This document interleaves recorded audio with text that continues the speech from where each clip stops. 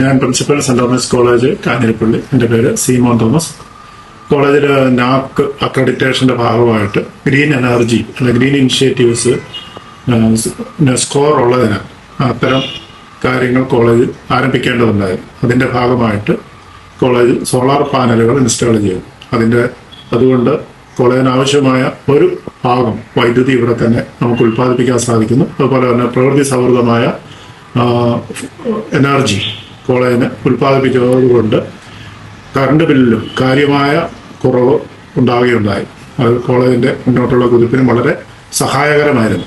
തീർച്ചയായിട്ടും പ്രകൃതി സൗഹൃദമായിട്ടുള്ളൊരു എനർജി എന്ന നിലയിലും സാമ്പത്തികമായിട്ട് മെച്ചം നമുക്ക് ലഭിക്കുമെന്നതിനാലും പലതരത്തിലും ഈ സോളാർ പാനലുകൾ ഇൻസ്റ്റാൾ ചെയ്യുന്നത് ഗുണകരമാണ്.